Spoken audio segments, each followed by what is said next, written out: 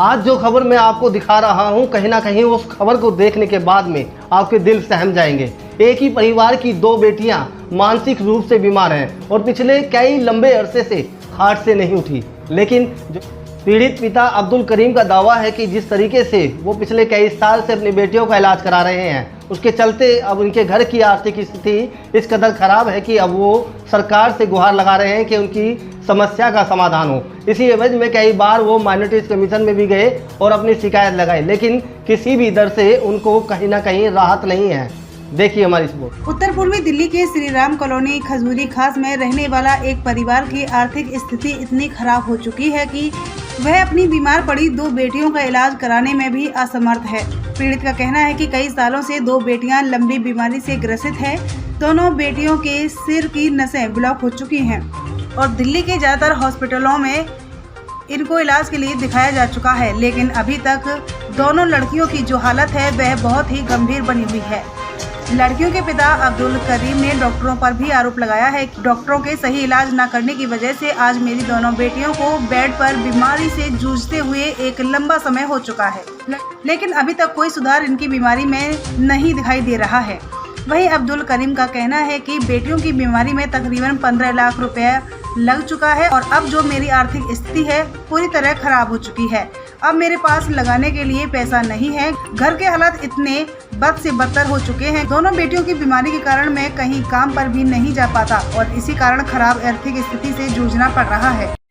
जहाँ जहाँ जाते दिल्ली में, जहाँ जहाँ जाते, कश्मीर जाते, वहाँ भी कश्मीर के लोगों, मैं कश्मीर के लोगों को अभी भी अपील करता हूँ, अगर ये वीडियो कश्मीर भी जाएगा, जम्मू कश्मीर के लोग, हमारे भाई बहन, मेरे जितने भी शाल वाले हैं, जितने भी वहाँ के लोग हैं, जितने आईपीएस है, एमएलए सुनते होंगे, वहाँ के आईपीएस सुनते होंगे, केजरीवाल की बात में मत आना। जम्मू कश्मीर वाले लोग, हमारी यहाँ इसने स्थिति यहाँ करी खराब, जम्मू कश्मीर वालों का हर चीज़ लोगों को करा यहाँ इसने खराब। यहाँ कोई सुविधा नहीं बच्चों का, बच्चों से भगाते हैं हॉस्पिटल में, भगा इस औरत को भगाया हॉस्पिटल से भाग जा, पुलिस लाया, बोला पुलिस लाएंगे, मार मार के लगाए, सिक्योरिटी वाली इसको भगाया, हमने वो भी बर्दाश्त करा। रात को सो गए सड़क पर, 100 नंबर वाला दिल्ली पुलिस ने हमें मदद करा, उनका मैं शुक्रगुजार हूँ दिल्ली पुलिस वालों को। उन्होंने हमें पूरा मदद कापरेट करी, बोले ये हमारी बेटी, आप सो जाओ आराम, मगर इनने सोचे नहीं, हमें भगाया। हम सड़क पर सो गए, 8 दिन हम सड़क पर सो गए बच्चे लेकर के, इनको मारा वहाँ सिक्योरिटी वालों ने। श्री राम कॉलोनी खजूरी खास के निवासी अब्दुल करीम ने दिल्ली सरकार के minority commission chairman Zakir Khan पर भी निशाना साधा है कि अपनी परेशानियों को लेकर मैंने कई बार दिल्ली माइनॉरिटी कमीशन के चक्कर लगाए, लेकिन चेयरमैन जाकिर खान की तरफ से मुझे आश्वासन तो बार बार दिया गया, लेकिन मदद के नाम पर मेरी किसी भी परेशानी का निवारण नहीं हुआ। अब सोचिए आप, जिस माइनॉरिटी कमीशन को दिल्ली सरकार ने अल्पसंख्यकों की परेशानी को दूर करने के लिए बनाया हो और वहीं से लोग निराश हों, तो फिर आखिरकार की जनता जाए तो कहां जाए। चाहते हैं आप सरकार से? क्या हम सरकार से चाहते इंसाफ, अच्छा इनके लिए, बच्चों के लिए, जो वो कायदे बोलते हैं, जो यहाँ की सरकार बोलते हैं, माइनॉरिटी कमीशन बोलते हैं लोगों को, मुसलमानों को, माइनॉरिटी लोगों को, मगर ये धोखा देने वाली बात है। आपने तो खोला इसका पोल, ये जो सुने थे सुने तो से बच्चों की हालत, कोई भी सुने, वो ज़मीनी हकीकत तो पता नहीं लोगों को, मगर आज हकीकत तो पता चली ये लोगों को, ये न्यूज़ क्या हो रही है दिल्ली में, इन बच्चों की बेटियों की हालत। प्रधानमंत्री जी कह रहा है, दुनिया कह रहा है बेटियों को मदद करना चाहिए, हमने भी मदद करा, मैं भी खुद मदद करता हूँ बेटियों को कंधों पर मैंने उठाया, मैं गरीब को बहुत मदद करता था, मैं भी संसद के साथ जुड़ा हूँ, मैंने भी सरकार में रह चुका था, मगर ऐसा नहीं जैसे ये हालात है आज, ये झूठ एसोसिएशन, मैं ये सच्चाई दिखा रहा हूँ, ये हमारे साथ हाल। हिंदू भाई सुनिए, मुसलमान भाई सुनिए, मेरी बहन सुनिए, इनकी बातों में मत आए, चाहे इलाज मेरा हो ना हो, मगर ये पोल खोलना हमारी ज़रूरत है इनकी। माइनॉरिटी कमिश्नर जो कह रहा है हर जगह मीटिंग में, यहाँ भी कहा उसने, फ़ायदा उठाए मुसलमान, किस चीज़ का फ़ायदा उठाएं?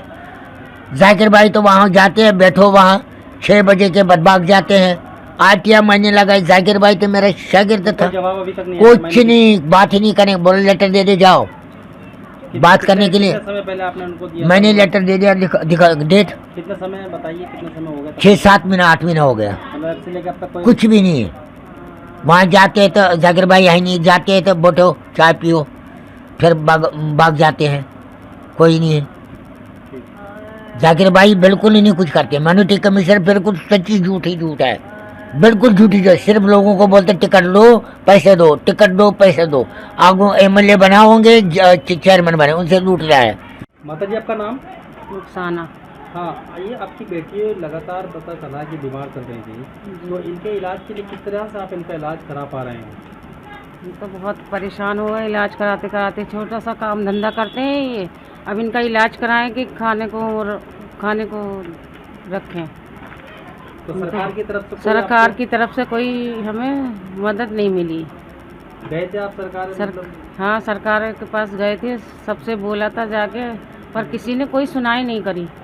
किस तरह की बीमारी है दोनों बेटियों को? ये डॉक्टर तो ये बताते हैं कि दिमाग की नसों की प्रॉब्लम है, सूख रही हैं।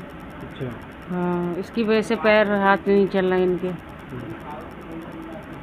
जब दिल्ली सरकार के किसी विभाग की तरफ से अब्दुल करीम को मदद नहीं मिली, तो अब पीड़ित अब्दुल करीम ने आर्थिक स्थितियों से परेशान होकर उन लोगों से मदद मांगी है जो लोग हमेशा समाज की सेवा में रहते हैं, क्योंकि अभी भी दोनों बेटियों के इलाज में महीने का खर्च आता है, जिसे अब खर्च करने में वह परिवार पूरी तरह असमर्थ है और लगातार मदद की गुहार लगा रहा है। दिल्ली सरकार से टूटी मदद की उम्मीद तो समाजसेवी संगठनों से लगाई गुहार। अगर आप लोग इनकी मदद करना चाहते हैं तो इनका अकाउंट नंबर और IFSC कोड हमने इस खबर में ऐड किया है, जिसको जो मन चाहे जितना चाहे इसमें पैसा जमा कर इनकी मदद कर सकता है।